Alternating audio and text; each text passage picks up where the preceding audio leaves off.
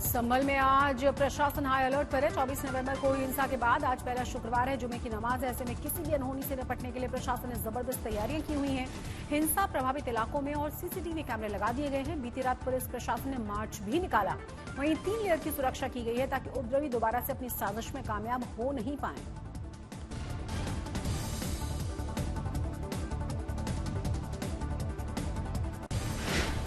संभल हिंसा के दौरान सुर्खियों में आए डीएसपी अनुज चौधरी का एक वीडियो वायरल हो रहा है, जो 24 नवंबर के दिन हिंसा से ठीक पहले का बताया जा रहा है। इस वीडियो में अनुज चौधरी भीड़ से अपील करते हुए नजर आ रहे हैं कि वो मौके से हट जाएं और वो बार बार भीड़ को घर लौटने की अपील कर रहे हैं।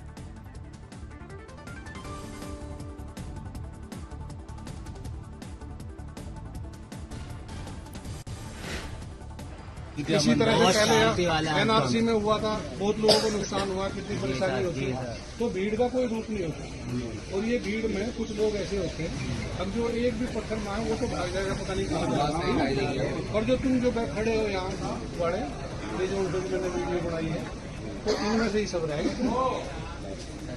समझ में आई बात? यह बिल्कुल कटु सत्य बताना चाहिए।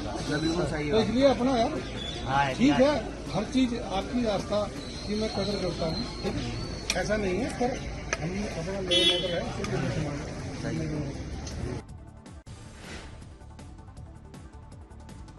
यूपी के मंत्री असीम अरुण ने भी कहा है कि कोई पुलिस के ऊपर गोली चलाएगा तो गोली का जवाब गोली से ही दिया जाएगा। उन्होंने संभल हिंसा को लेकर ये बातें कही हैं। आज तक से खास बातचीत में उन्होंने कहा कि घटना को रोकने के लिए जो पुलिस ने किया, मैं उसका समर्थन करता हूं।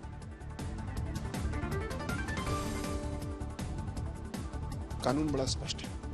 पुलिस का राइट ऑफ प्राइवेट डिफेंस या हमारा आपका समान नागरिक के रूप में राइट ऑफ प्राइवेट डिफेंस बराबर है। कोई आपके ऊपर, कोई मेरे ऊपर गोली चला रहा है, तो अगर हमारे पास हथियार है तो हम भी गोली का जवाब गोली से दे सकते हैं। समान नागरिक भी दे सकता है, ये कानून कहता है। पुलिस भी इसी कानून के तहत काम करती है। पुलिस के पास हथियार प्रायः हमेशा होता है। इस प्रकरण में जहां पे अगर पुलिस पे गोली चलाई गई तो पुलिस ने गोली का जवाब गोली से दिया होगा। हालांकि पुलिस ज्यादा प्रशिक्षित होती है। पुलिस ऐसा नहीं है कि सीधे गोली आंखों पे मार दे या खोपड़ी पे मार दे। पुलिस कोशिश करती है कि पैर पे गोली चलाओ। पुलिस कोशिश करती है कि भीड़ को तितर बितर करे, जैसा हम वीडियो आदि में देख रहे हैं। यही पुलिस ने किया। पुलिस ने नॉन लीथल फोर्स को भी उपयोग किया। जो टीयर गैस हैं, पैलेट गन्स हैं, अत्याधुनिक असला है, वो भी उनको भी प्रयोग किया, जिसकी वजह से अल्प समय में कम हानि के साथ में स्थिति को नियंत्रित किया जा सका। संभल के जामा मस्जिद सर्वे को लेकर आज अहम दिन है। सर्वे की रिपोर्ट आज निचली अदालत में पेश हो सकती है। वहीं सुप्रीम कोर्ट में भी सुनवाई होने वाली है। Chief justice of India Sanjeev Khanna और जस्टिस पीवी संजय कुमार की पीठ के समक्ष इन सुनवाई को होना है। जामा मस्जिद इंतजामिया कमेटी ने कोर्ट में अर्जी को दाखिल किया और इंतजामिया कमेटी ने जामा मस्जिद के सर्वे के निचली अदालत के आदेश को चुनौती दी है और मांग की है कि निचली अदालत के फैसले पर तुरंत ही रोक लगा दी जाए। मुस्लिम पक्ष ने गुरुवार को सीजीआई संजीव खन्ना से इस संवेदनशील मामले पर जल्द सुनवाई करने का आग्रह किया था।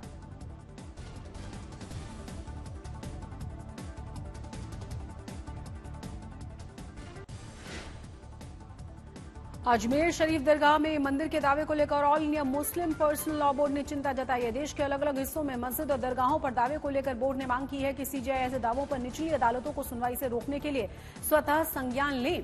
साथ ही साथ प्लेसेस ऑफ वर्शिप एक्ट को प्रभावी रूप से लागू करने के लिए भी मांग की गई है। उधर मानवाधिकार संगठन People's Union for Civil Liberties ने ऐसे दावों को लेकर कहा है कि अहमेर दरगाह में सभी का यकीन है, लिहाजा सस्ती लोकप्रियता के लिए अजमेर की सांप्रदायिक सौहार्द को बिगाड़ा न जाए। लेकिन हिंदू संगठनों ने अजमेर शरीफ दरगाह में मंदिर होने के दावे का समर्थन किया है। खबर निकल के आ रही है, अजमेर दरगाह जो है उसे लेकर के याचिका लगाई गई है और दावा किया गया है कि वो वहाँ पे एक मंदिर है और ये याचिका कोर्ट ने स्वीकार कर ली है। ये आप ही की यात्रा के बीच में हुआ। भगवान की कृपा है, सब मंगल हो रहा है। हिंदुत्व के प्रति सकारात्मक समय आ रहा है। अगर वहाँ भी शिव मंदिर है तो प्राण प्रतिष्ठा होगी, रुद्राभिषेक होना चाहिए। बिल्कुल, मैं तो कह रहा हूँ कि मंदिरों में अगर किसी को शक है कि यह मंदिर में कोई मकबरा छुपा है तो जांच की जा सकती है। हम उसके लिए तैयार हैं। लेकिन किनके पेट में दर्द हो रहा है, जांच से क्यों आपत्ति है? मस्जिदों की अगर जांच होती है, मदरसों मकबरों की जांच होती है तो पेट में दर्द होने लगता है। क्यों होने लगता है? कहीं ना कहीं कुछ गड़बड़ है। और लगातार भले काशी विश्वनाथ हो, राम जन्मभूमियों, कृष्ण जन्मभूमियों, कुतुब मीनार हो, अनगिनत प्राचीन स्थान, ताजमहल क्यों न हो, इन सब में हमारे राम हनुमान मंदिर प्राचीन छुपे हैं। इतिहास गवाह है, मुगलों ने यहाँ आकर हमारे प्राचीन धर्म स्थलों को खंडित किया, मूर्तियों को खंडित किया और उसके बाद यहाँ पर रंग पोतकर मकबरे बनाए गए। अब इन सब की जांच की आवश्यकता है। मुगल जा चुके हैं, यमन जा चुके हैं, अंग्रेज जा चुके हैं, तो उनका अब कोई नामो निशानियां होना नहीं चाहिए। महाराष्ट्र का नया मुख्यमंत्री कौन होगा? बीती रात दिल्ली में गृह मंत्री अमित शाह के आवास पर करीब 3 घंटे की बैठक के बाद भी इस सवाल का जवाब मिल ही नहीं पाया। अमित शाह ने महायुति के नेता कार्यवाहक मुख्यमंत्री एकनाथ शिंदे और दोनों ही पूर्व डेप्यूटी सीएम देवेंद्र फडणवीस और अजीत पवार ने मुलाकात की। इस बैठक में बीजेपी अध्यक्ष नड्डा भी मौजूद थे, साथ ही एनसीपी सांसद सुनील तटकरे और प्रफुल्ल पटेल भी मौजूद रहे। सूत्रों के मुताबिक गृह मंत्री अमित शाह ने शिंदे, फडणवीस और अजीत पवार से बीती रात अलग अलग बातें की हैं। तीनों ने ही शाह से कैबिनेट बंटवारे को लेकर मंथन किया है। जानकारी ये मिल रही है कि विधायकों की संख्या के हिसाब से बीजेपी करीब 20 मंत्रालय अपने पास रखना चाहती है। वहीं एनसीपी से ज्यादा शिवसेना को मंत्री पद मिलने की उम्मीद है। हालांकि कौन विभाग किसके पास रहेगा, इस पर अभी बात नहीं हो पाई। और सबसे खास बात यह है कि मीटिंग के बाद मुख्यमंत्री पद को लेकर सस्पेंस अभी खत्म नहीं हुआ। मीटिंग 3 घंटे चली, उसके बाद एकनाथ शिंदे, देवेंद्र फडणवीस और अजीत पवार तीनों ही देर रात लौट गए हैं मुंबई। अब खबर यह है कि आज फोन पर ही दूसरे दौर की बातचीत होनी है। खबर यह भी है कि 2 दिसंबर या 5 दिसंबर को शपथ ग्रहण हो सकता है। सूत्रों के हवाले से खबर आई है।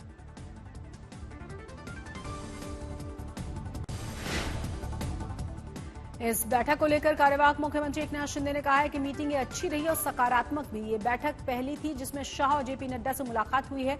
शिंदे के मुताबिक महायुति के नेता मुंबई में दूसरी बैठक करेंगे जिसमें सीएम के नाम पर फैसला ले लिया जाएगा।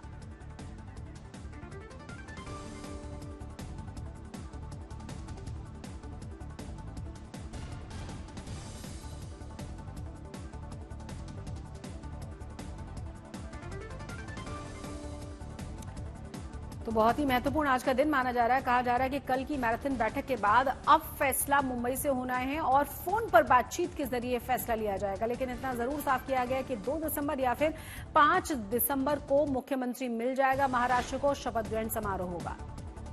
अमित शाह के साथ महायुति के नेताओं की बैठक में भले ही अब तक सीएम के नाम पर सस्पेंस बना हुआ हो, लेकिन बीजेपी के कई नेता साफ साफ कह रहे हैं कि इस बार महाराष्ट्र की कमान फडणवीस के हाथों में ही होगी। फडणवीस जी बनेंगे सीएम? मैं आधिकारिक तौर पे कह नहीं सकता, लेकिन ये जरूर कहूंगा कि भारतीय जनता पार्टी का मुख्यमंत्री। हमारे मुख्यमंत्री 2014 में जो थे हमारे देवेंद्र फडणवीस जी, क्योंकि जिस तरीके से उन्होंने हम लोगों का मॉरल डाउन नहीं होने दिया, हम लोगों में एक नया प्रेरणा जगाते रहे और लड़ने का विश्वास दिया, तो मुझे लगता है हमारे मुख्यमंत्री हमारे देवेंद्र फडणवीस जी बनेंगे। बांग्लादेश के इस्कॉन मंदिर से जुड़े रहे चिन्मय दास की गिरफ्तारी के बाद हिंदुओं के खिलाफ लगातार तनाव जारी है। वहां पुलिस ने करीब 80 और गिरफ्तारियां की हैं, जबकि 1400 से ज्यादा अज्ञात लोगों पर केस दर्ज किया गया है। चरमपंथी लगातार हिंदुओं के खिलाफ जहर उगल रहे हैं। एक दिन पहले अंतरिम सरकार के अगुआ मोहम्मद यूनिस ने जमात नेता मुलाकात कर चुके हैं और कहा है कि राष्ट्र में कई कड़ी कार्रवाइयों की जरूरत है। कट्टरपंथी इस्लामी संगठन इस्कॉन पर भी गंभीर आरोप लगा रहे हैं। वहीं बांग्लादेश की पूर्व प्रधानमंत्री शेख हसीना ने हिंदुओं की सुरक्षा की अपील की है। हिंदुओं पर हमले का मामला ब्रिटेन की संसद में भी उठाया गया है। महाराष्ट्र के अंबरनाथ के आनंद नगर में केमिकल कंपनी में ब्लास्ट के बाद भीषण आग लग गई और आग इतनी ज्यादा भीषण थी कि पूरे इलाके में दहशत मच गई। खबर मिलते ही फायर ब्रिगेड की टीम मौके पर पहुंची, आग को बुझाने की कोशिशों में जुट गई। स्थानीय लोगों की माने तो आग लगने की वजह से कंपनी की केमिकल में रखे हुए ड्रमों में विस्फोट भी हुआ था, जिससे कि आग और ज्यादा बढ़ गई। इस हादसे में किसी के हताहत होने की खबर नहीं है, लेकिन केमिकल फैक्ट्री को भारी नुकसान उठाना पड़ा है। आग लगने की वजह क्या रही है अभी तक साफ नहीं हो पाया।